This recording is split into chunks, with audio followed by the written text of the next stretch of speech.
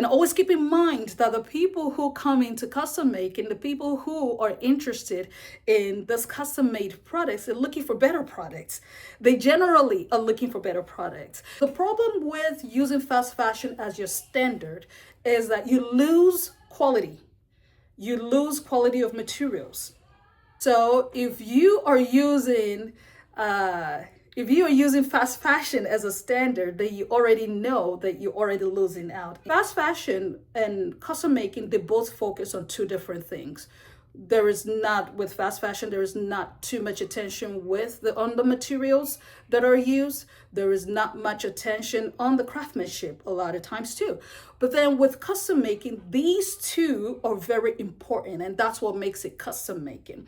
So you don't want to, it's better not to shortchange yourself as a custom maker, as an artisan, or as an artisan or craftsman, to just, to using fast fashion as your standard. Type of customers who are looking, or clients who are looking for this kind of products, this is the reason why they are looking for it. They're looking to work with artisans directly. They're looking to work with craftsmen directly. They're looking to get quality products.